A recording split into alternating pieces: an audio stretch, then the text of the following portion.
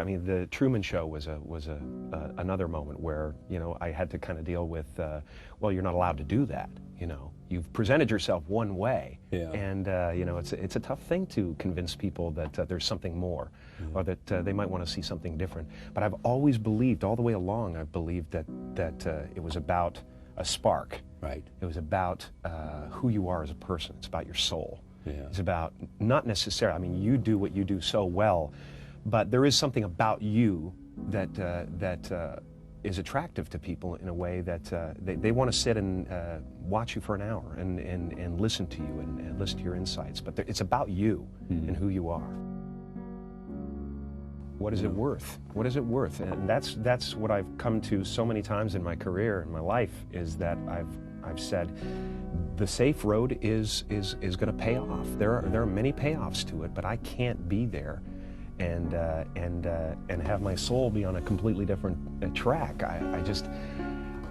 It's always worth losing to me. It is. It's always worth risking. And if this other side of me is not a popular one in the scheme of things as far as movie tickets go, then you know what? I'll find a way to sneak it in there. I'll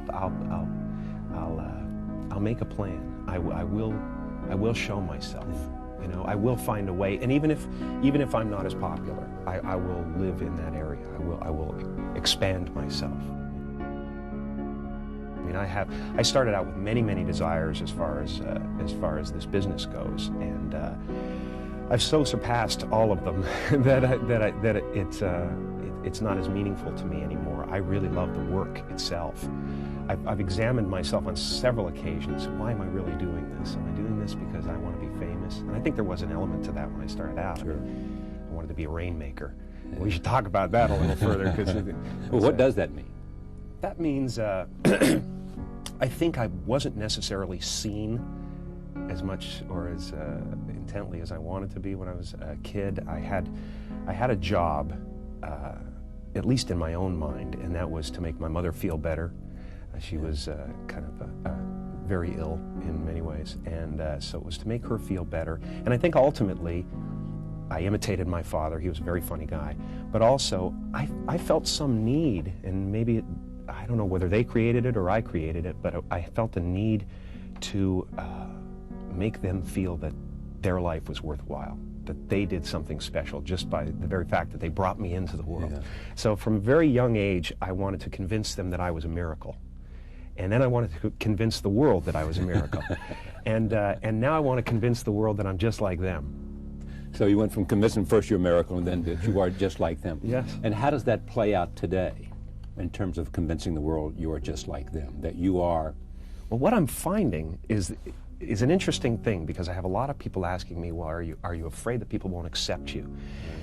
And I know that in my life, and at least in my, the circle of people I know and know my friends that know my work, it seems like, and even people I talk to, like you, it seems like people are almost waiting for it, that they've suspected that there's another level to me, and they're kind of intrigued and interested in what that might be. It's that, and it's an addiction. Obviously. I mean, I'd love an addiction to just knowing yourself. Yeah, an addiction to trying to figure out, and maybe this is an impossible task, but everybody's looking for bliss, in some way or another. And I think I've come to the realization lately that that bliss comes in waves, and everybody gets a certain amount of it. Yeah. But in between, it's just hard work being in this body. And that it is the unwise person to expect bliss will be there all the time. Absolutely, absolutely. But you look for it. You look for it, and you wonder why you're off the beam all the time, or whatever. So I'm constantly examining myself. I probably do it too much. I've always overthought everything. I mean, you're reading Emerson, and you read. Right. Which is like the big thing for me, in life right now is the excerpt from Compensation, the essay he did on compensation, where it talks about that man would see the mermaid's head but not the dragon's tail. Yeah. And this is something that happens over and over and over in my life, in relationships, in choices that I make professionally. A lot of times you just don't want to believe in the bad. But the bad is there. You know, the negativity is there, or the obvious drawback to the situation is there, but you just go, I want. Yeah. And that comes down to the I will be done and everything biblical. It's, you know, it's, so I'm always struggling with these concepts. My desire is my only problem in this world. Your desire? Yes. To do, your appetite? My appetite, yeah, absolutely, yeah. To prove everything and to be everything. But you... It's our intention. Our intention is everything. Nothing happens on this planet without it. Not one single thing has ever been accomplished without intention. So I started thinking about my life, and I started thinking about this conference and what we're about, and I looked back and I thought, well, I was two people my whole life. I was in the living room entertaining people, being a monkey, you know, doing my thing for the company and trying to relieve my mother, who was suffering. She had rheumatoid arthritis and phlebitis and everything under the sun that was nagging at her, and she was depressed. And I wanted her to be free. And I wanted her to realize that her life was worth something because she gave birth to someone who was worth something. And then I would go into my room and I would sit with a legal pad. I was a little kid. And I would sit there and I would try to figure out what it meant, what it was all about. Why are we here? What is this? And one day I read something from Buddha that said that all spirituality is about relieving suffering. And I suddenly realized that's what I'm doing in the other room. and I'm aligned. You know, my purpose is aligned with this. So I felt incredibly lucky. I lose sight of that all the time. I get caught up in different concerns, ego concerns. But I'm so lucky to be a part of this community and to do something that is of value. And I really cherish that. And we are all one thing. It really is true. Can I speak to the person in the last row, in the very last seat against the wall? Is there someone back there that can say hello? What's your name?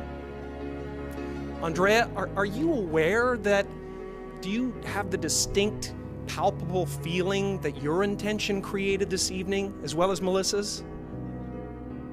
Do you understand that all of this entire event is happening inside you?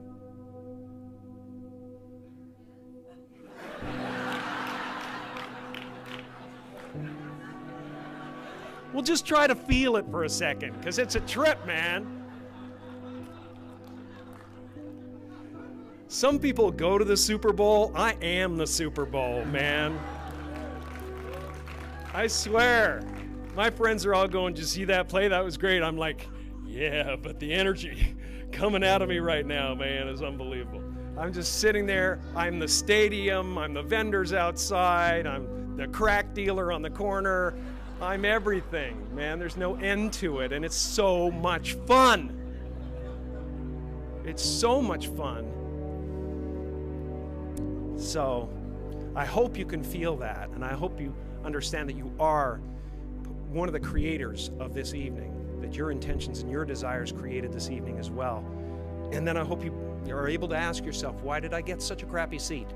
And be okay with it.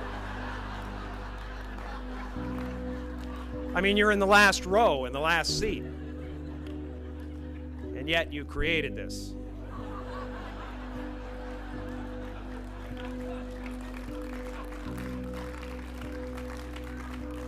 And that's gotta be, it's a really selfless thing to do. So understand, based on some things that I read about you, you know, that in the end, it's really a lot about self-respect. Yes, yeah. It is, because you know yourself. Yeah. And it is... Well, yeah, and self-respect is certainly one of the major problems in the world. Self-esteem is the reason for most ills. And, you know, desiring what we don't have. I mean... Appleton is me, or I am Peter Appleton. How did you mean that? Well, in the respect that he has this yearning that that is more important to him. Again, false gods. Right. When you put something so in the forefront of your life, some desire in the forefront of your life, that everything else starts to suffer. I understand that. I understand that because I've gone that way and had to pull myself back or whatever. But it's the yearning that is can be something very positive. It can create wonderful things. But when it makes you negate your life and the people in your life, it becomes, or again, like when it makes you bear false witness, and sell somebody out. It's just not worth having. That yearning is the tough part. The yearning to kind of have that, but not make it completely consume you. And that would be the selling out of his friends. Selling out of his friends, who were not guilty of anything and he's who he living didn't in even know. He's living in a place of fear of loss. Right. And that's always a dangerous character. The guy who's afraid of loss is a dangerous guy, because he's the guy in Hollywood that stabs you in the back or, turns on somebody or whatever. Trying to protect If this you know dream. If you know a man's fear, then you can conquer him, some say. Truly. I mean, that's what the Blacklist era was about. Somebody, McCarthy, sat back and said, my gosh, what a wonderful fear to take advantage of, and to bring myself to power through it. You know what? I believe in the universe. I believe in the Horn of Plenty. I believe in the cornucopia. So I'm not afraid of Tom Cruise and what his movies do, and I can enjoy it, and I can enjoy Russell Crowe, and because there is so much in the universe, we all, can feed from it, and we all, there's enough for everybody. Is that where you are in your head at this absolutely. Christmas season? They've got Russell Crowe has a movie out, Tom Cruise has a movie out. You're saying there's enough. I'm perfectly happy with what absolutely Jim has earned. I've been given so much. I mean, I would be a green boar at the trough of life, if I question If you wanted it all. Oh my gosh! I mean, I sit down with friends of mine who are in the acting profession, and they say, these are really good actors, and they say, man, no one's really getting the chance to do what you're getting to do. I mean, it's quite an arc that's going on here. To have your chance at bat time and time again. I feel so lucky to have that. But you had to bring something, otherwise they would not continue to give you the chance, and you obviously recognize that. You have to allow yourself to be seen. That's the risk. The risk is, especially for somebody who's comedic, who has that weapon at his disposal. Just to go off into a rift. To risk being seen is the toughest thing in the world. We're all very shy people, people who do comedy, we're shy, and the emotion is right there on the surface. If you pricked me with a pin, I would fly around the room, so that's the risk, is that you are showing them yourself, your true, authentic self, and the chances of being rejected are much more important, much more terrifying. My father could have been a great comedian, but he didn't believe that was possible for him. And so he made a conservative choice. Instead, he got a safe job as an accountant. And when I was 12 years old, he was let go from that safe job. And our family had to do whatever we could to survive. I learned many great lessons from my father, not the least of which was that you can fail at what you don't want. So you might as well take a chance on doing what you love.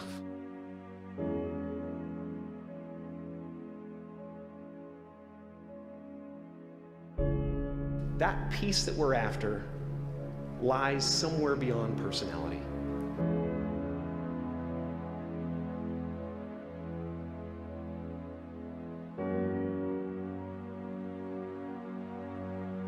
As far as I can tell, it's just about letting the universe know what you want and working toward it while letting go of how it comes to pass. And when I say life doesn't happen to you, it happens for you, I really don't know if that's true.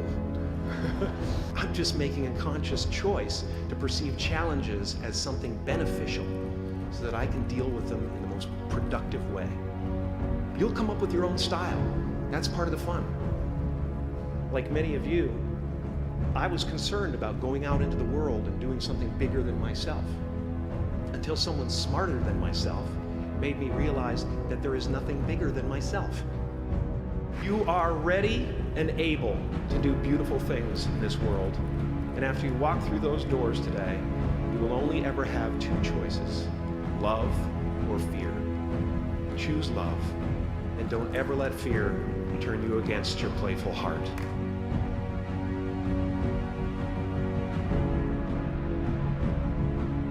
You can spend your whole life imagining ghosts, worrying about the pathway to the future, but all there will ever be is what's happening here, in the decisions we make in this moment, which are based in either love or fear.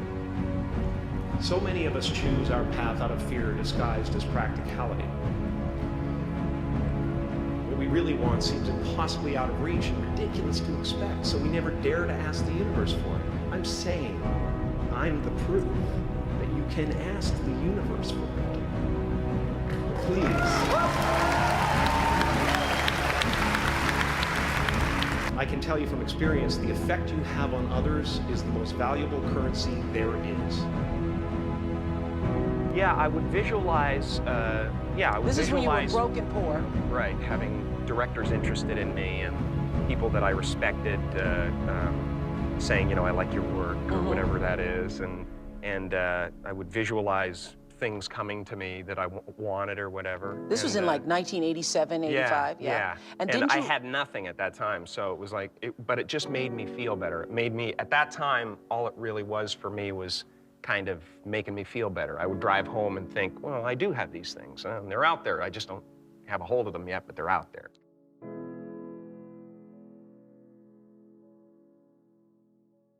I wrote myself a check for $10 million. For acting services rendered, and I gave myself 5 years, or 3 years maybe, and I dated it Thanksgiving 1995, and I put it in my wallet and I kept it there, and it deteriorated and stuff, but then just before Thanksgiving 1995, I found out that I was going to make $10 million on, I think it was Dumb and Dumber. It's all a risk, but yeah, no, going on stage would be wonderful. I used to, I did 15 years in the comedy clubs before I really started acting. Well, one-on-one, stand-up, which is a PhD of some kind. Well, it's a PhD of being able to relate to an audience, for sure. Exactly, yeah. And that's handling drunks. This is the thing. It's like, God, you better own it, Whatever it is, you better own it. I know. Have this need for stuff. I'm always like afraid almost that, I like say prayers, make sure, that I still have something to do here because I really believe in the idea that if you don't have something to do here, you go. Well, what's interesting, you said something about your parents that just fascinated me. At a certain point, they were just waiting for the end. Yeah, and absolutely lovely people. Right. But kind of lost heart, My father lost his job, and that hurt him a lot. Attrition of life had taken its toll. Yes, absolutely. And I think at a certain point they weren't enjoying it anymore. They weren't. They were just kind of waiting around. And I saw that early on, and I said, no, I can't have that. I have to break that cycle. I'm fascinated with that myself, and I'm wary of it myself. About my motivations, about my allegiances, about what I'm expressing in the world, just my day-to-day, contact with people. The idea that, if people come up to me and say, I love you, I try extra hard to give them energy, to make it something that isn't about me. It's about them and this moment, or whatever it is. I'm constantly, trying to figure out where I'm at and whether I'm corrupting myself or not, or I'm probably just, really too much about this, but it weighs heavy on me a lot. I believe in manifestation. I believe in, putting a rocket of desire out into the universe, and you get it when you believe it. You get it when you believe you have it. And that's the key, is like people still, they sit around going, when's it going to come, when's it going to come, when's it going to come, when's it going to come? And that's the wrong way. You're facing the wrong way, you're facing away from it. You have to go, it's here, it's here, it's here.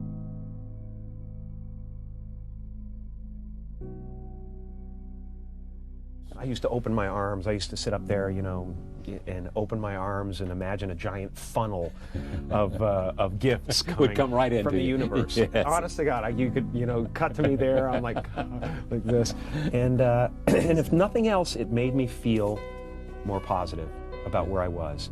I drove down from Mulholland Drive every night, you know, that I went up there, feeling that I was one of the biggest actors in Hollywood. I was doing wonderful work that made people happy. I was, you know, I owned all that. That was it. You know, I guess, you know, what I own, when you think about it, is my faith. That's what I own. That's about it. Because I started thinking materially and all those things. Your faith in yourself. Life. Or your Absolutely. faith in some... Faith in the universe, faith in myself, yeah. That is in the end what you own. That's it. Sense of... That's all I have. That's exactly right. You can strip all the stuff away, and right. And if you have that sense of... That's huge. That's as big as it gets. That's what they... huge. You know, for the most part... I've seen mountains move in my life, so and I've had just endless gifts, and they've all been things that I have at some point sat and made myself believe were possible.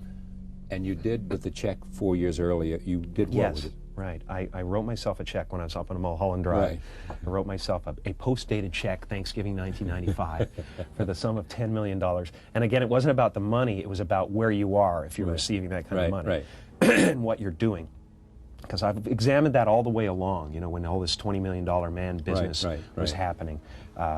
You know, I've examined what my motivations are, and the fact is I'm addicted to expressing myself in certain ways, and I have to do it, and I would do it if I was making 20 cents. Yeah. So it's really about that, especially now. I have enough money to live 20 lives, so I can't stop. I'm fascinated by what creates characters, you know, what defines people, what creates them, what puts them together. Everybody's Frankenstein, and they just like, as life goes on, you either lose pieces of yourself, gain other pieces, and it just, that's the fascinating thing about acting. It's like somebody like Andy Kaufman, what is it? And I stood by his gravesite, you know, with his sister, and she said one thing to me that cleared it all up, and that was that Andy was never part of the club, so he created his own club that no one else could be a part of. Because I was fully, you know, prepared to just play out, you know, stand-up comedy and comedy clubs. And yeah, but there's something within you that constantly pushed the edges of the envelope wherever you were. Well, or at least took advantage of the opportunities that came around. And a lot of it has to do with, you know, just the courage to jump in. I mean, you know, to do films that are out of your so-called power alley, as they call it, it takes nerve, you know. So I have the nerve, you know, and we'll see if I have the goods, but I have the nerve. I'm just excited, really, about always changing, about crossing back and forth across the river and throwing the hounds off the trail. I love that. Just when we think we've got you, we know you, you're off on another route. Absolutely. And if I feel like I've been figured out, boy, look out. I will become something completely different, you know. Maybe I might not want to become something completely different, but express something completely different. I always felt like if the world is going crazy, I'll be calm. And if they're calm, I'll be the one hanging off the chandelier.